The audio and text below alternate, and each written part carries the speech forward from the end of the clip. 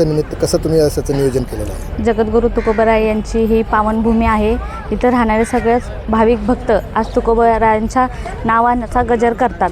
आज देहू नगरपंचायत असेल, संत तुकाराम देवस्थान असेल, यांच्या माध्यमातून आज भव्य असे इंद्रायणी माता आरतीचं नियोजन करण्यात आलं आहे. कारण का नदी ही आपण आपली माताच मानतो. त्याचबरोबर जे नदीमध्ये नागरिकांच्या माध्यमातून जे प्लॅस्टिक वगैरे काही गोष्टी टाकून त्याचं पाण्याचं प्रदूषण करतात. पण आज देहू नगरपंचायतीच्या माध्यमातून तसेच देहू देवस्थानच्या माध्यमातून आम्ही एक छान संदेश देत आहोत की आपण हे न करता देहू इंद्रायणी कशी स्वच्छ ठेवायची, त्यासाठी आज हे दीप पेटून आम्ही एक त्या नागरिकांपर्यंत संदेश देत आहोत की स्वच्छ इंद्रायणी सुंदर इंद्रायणी. यापूर्वी कधी हा प्रयोग तुम्ही केलेला आहे का, की हे पहिलंच वर्ष आहे? नाही, ह्याच्या आधी देहूमध्ये कधी असा उपक्रम राबवला गेला नाही. हा प्रथमच उपक्रम असेल आणि यामध्ये सर्वच भाविक भक्त आनंदाने सहभागी घेतात असं मला म्हणावंसं वाटेल. ही संकल्पना तुम्हाला कशी सुचली आणि कशाच्या माध्यमातून तुम्ही पुढे आला?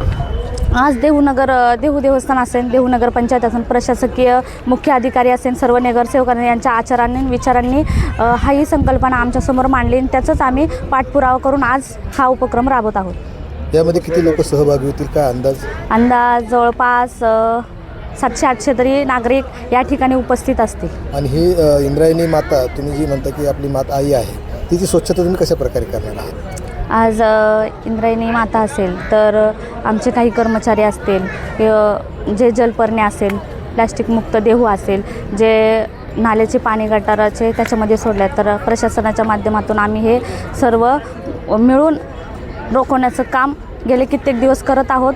जलपर्णीमुक्त आज गेले बीज असेल, कार्तिकी असेल, गेल्या वर्षी पाहिलं असेल की नदी पात्र हे जलपर्णीने भरभरलेलं होतं. जसं गार्डन असेल तसं दिसत होतं. पण प्रशासनाच्या माध्यमातून आणि नगरपंचायतीच्या माध्यमातून आज हे परिमुक्त नदी इंद्रायणी करण्याचं काम प्रशासनाच्या माध्यमातून आम्ही सर्वांनी केलं आहे. मग ही इंद्रायणी माता स्वच्छ करण्याचं काम लोकसहभागातून होत आहे की शासनाच्या निधीतून? नाही, शासनाच्या निधीतूनच होत आहे, पण लोकसहभाग याच्यामध्ये जास्त महत्त्वाचा असतो आणि आम्हाला येथील नागरिक हे नेहमी करत असतात सहकार्य.